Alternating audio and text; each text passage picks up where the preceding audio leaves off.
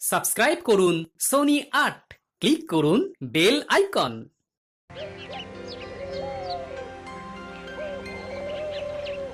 ছেড়ে দাও বলছি গোপাল, ছেড়ে দাও, ছেড়ে দাও। আগে কে ধরেছে শুনি?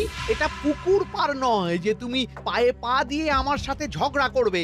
আমি খুব ভালোভাবেই জানি এটা রাজসভা, আর আমার পা দুটো আপনার পায়ের উপর নয় বরং মাটিতেই আছে। তবে রে, এই খুব খারাপ হচ্ছে কিন্তু।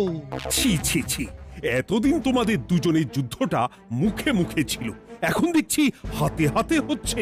উফ, শীতকালে সকালটা গরম করে দিল। ঠিক বলেছেন মহারাজ, এবার একটু শান্তি চাই। এবার তোমরা থামবে নাকি আমি প্রহরীকে ডেকে দুজনকেই কারাগারে দেব শুনি?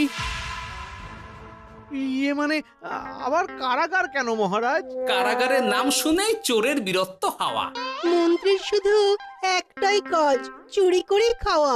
গরম তেলে আর 5 ফোড়ন দিও না তো সভাকবি। 5 ফোড়ন নয় মহারাজ, দিন দিন গোপাল আর ওই মন্ত্রী মশাইয়ের সম্পর্কটা বিস্ফোরণের আকার নিচ্ছে। আজকাল রাজ্যবাসী আর আদায় কাজকলায় নয়, সাপে নেউলে নয়, তিক্ত সম্পর্ক বোঝাতে গোপাল আর মন্ত্রী মশাইয়ের সম্পর্কের উদাহরণ টানছে। ছি ছি ছি ছি, এ তো আমার রাজসভার অপমান। আমি চাই আমার রাজসভার সদস্যদের মধ্যে সুসম্পর্ক বজায় থাকুক, কিন্তু এই গোপাল আর মন্ত্রীটা, এই যে গোপাল আর মন্ত্রী, তোমরা দুজন কান খুলে শুনে রাখো, এবার থেকে মিলেমিশে থাকলে তোমাদের জন্য থাকবে পুরস্কার। কি পুরস্কার মহারাজ? এই যেমন ধরো, তোমাদের বেতন বাড়াতে পারি, আবার আমি খুশি হয়ে দুজনকে কয়েক বিঘা জমিও উপহার দিতে পারি, অথবা থলে ভর্তি সোনার মোহর। মিলেমিশে থাকলে এত সুন্দর সুন্দর উপহার পাওয়া যাবে জানলে আমরাও না ওই নিজেদের মধ্যে ঝগড়া করতাম আর তারপর ওই পুরস্কার পাওয়ার লোভে ভাব করে নিতাম।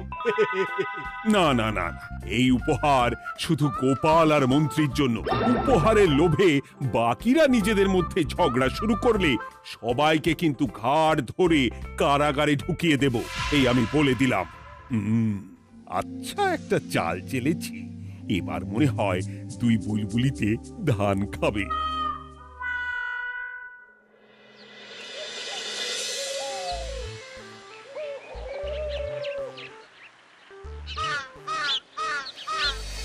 কে না চায় বেতন বাড়ুক? কে না চায় নিজের নামে কিছু জমি জমা আর মোহর থাকুক? কিন্তু তা বলে মন্ত্রী মশাইয়ের সঙ্গে ভাব করতে হবে? হ্যাঁ, ওরে বাবা রে, কি হাওয়া!